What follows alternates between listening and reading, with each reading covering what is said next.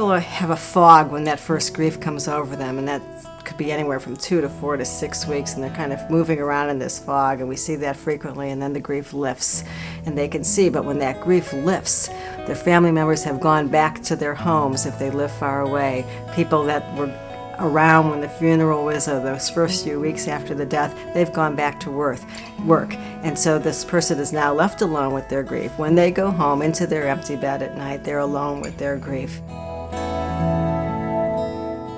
Sometimes people don't even realize that they're experiencing grief. So labeling it and recognizing it, that, yeah, you're experiencing grief now. There's some losses that are happening right now, and that's okay. Let's talk about them. So putting a name to it and then finding a way to express it, whether it's through journaling or art or anything else.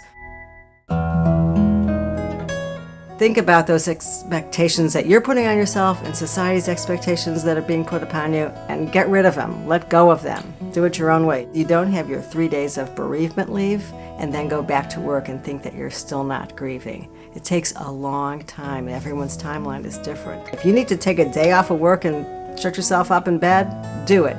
But if you're still in bed 3 or 4 weeks later, then we need to talk about that. That's not quite right. Lots of times we hear ourselves saying to people, you did what you thought best at the time with the information that you had. That is something that we say frequently, and that is really the truth, that people do their best in the time when they're caregiving, and they're doing it with the information they have, what feels right, what their loved one wanted, what they thought everybody else wanted. They're making the best decision that they can in the moment with all the information that they have. People find ways to have relationships with their loved ones after they die, where they still have a meaningful place in their heart. Some people do that through their loved one's legacy, they're keeping on that legacy, and some people are just having that conversation with their loved one while they're driving home from work. And it works for them. And so they can say what they wanted to say. I wish I told you I loved you every single day. I'm going to tell you now. And that works for them. Grief is normal. It's necessary. It's a natural reaction to loss. And it's a unique experience on its own timeline.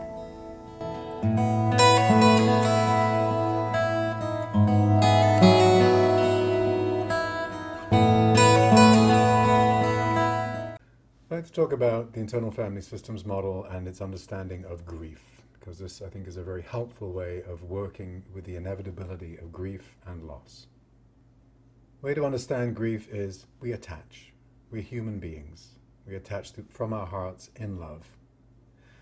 And whatever we attach to, person, place, or thing, idea, at some point we may lose.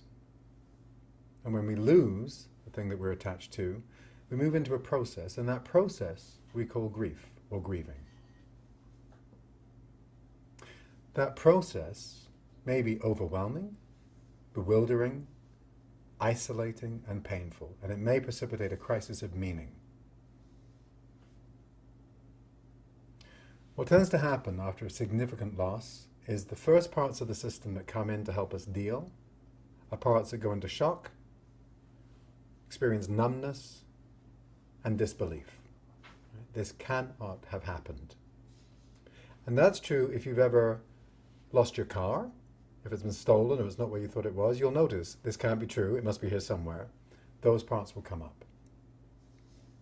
One of the reasons those protective parts come up with numbness and disbelief is because behind them there are other parts with really big feelings in response to the loss. Typically those feelings include sadness, protesting, it's not okay that it's gone, it's not okay that he died, it's not okay that my car got stolen.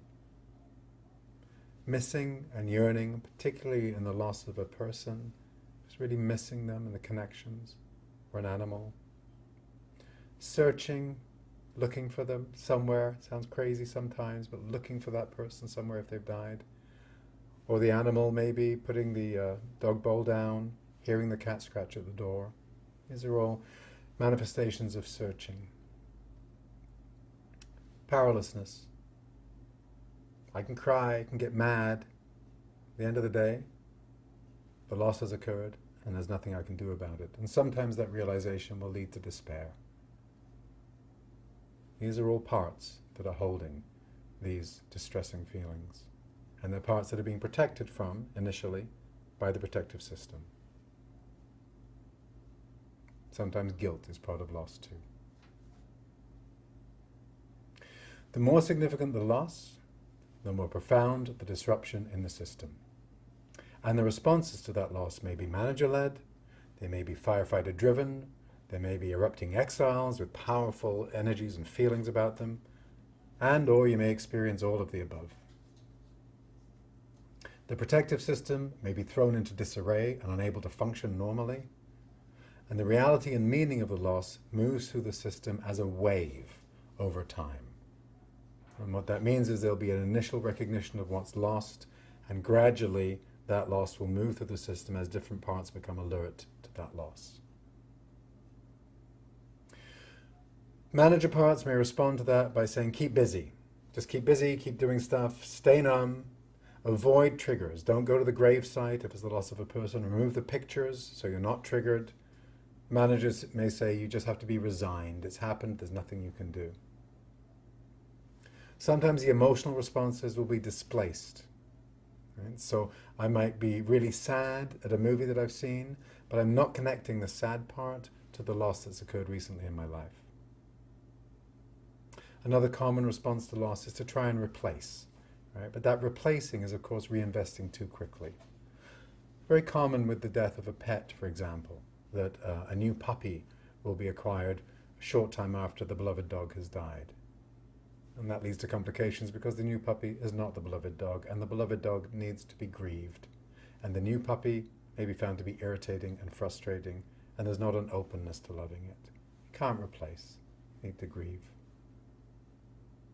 Another common response from the protective system is to minimize, cognitively diluting the meaning of the loss. Well, we weren't that close, or it wasn't that big a deal.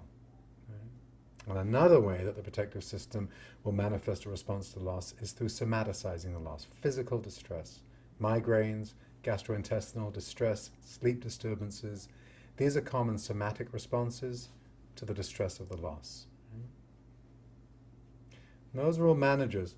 The firefighters may also have increased activity, right, wanting to distract or provide comfort from these parts that are so distressed. Right? So there may be an increase in, or the adoption of, drinking, drugging behaviors, experiences of rage, or perhaps smaller than that, intense irritation, right, anger, getting triggered really easily, being fractious, or hours and hours spent mindlessly watching TV, right, or just eating and eating, or sex binging, perhaps overworking, putting all that energy into work. And there may be new firefighter activity, so it may feel like the person's not known to themselves. They may find suicidal ideation comes up. If somebody's lost their child, they may question, why do I want to continue living? My child has died. And that's a normal firefighter response. Another thing that tends to occur in loss is that the present loss will trigger parts connected to former loss events that may not have been fully attended to.